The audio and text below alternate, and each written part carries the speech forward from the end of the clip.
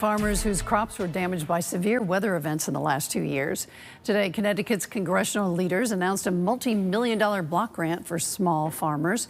News 8's Kent Pierce says the help happened because one farmer drove his tractor to the nation's capital.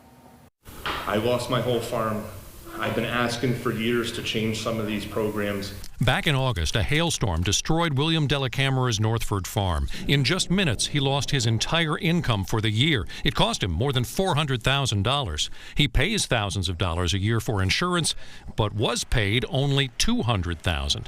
He proceeded to drive his tractor to the state capitol and then all the way to Washington, D.C. to push for more government help. Too many farmers like Will are slipping through the cracks in our federal safety net. Congresswoman Rosa DeLauro and the rest of the Connecticut delegation listened to Will. Months later, they announced they helped secure $220 million in funding for smaller farmers in what's called a Farm Recovery and Support Block Grant program. If you're growing 1,000 acres of corn in Iowa, it's relatively easy to get farm insurance. Not so for the kind of small farmers we have here in New England who grow a bunch of different kinds of crops.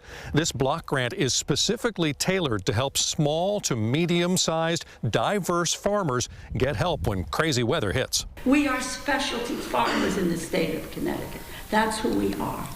They have difficulty finding insurance for small, diverse crop compared to the giant industrial farms. Farmers say the changing climate is making their job harder and less predictable. No matter how much planning you do as a farmer, you take the classes, you make the designs, you set out your calendars.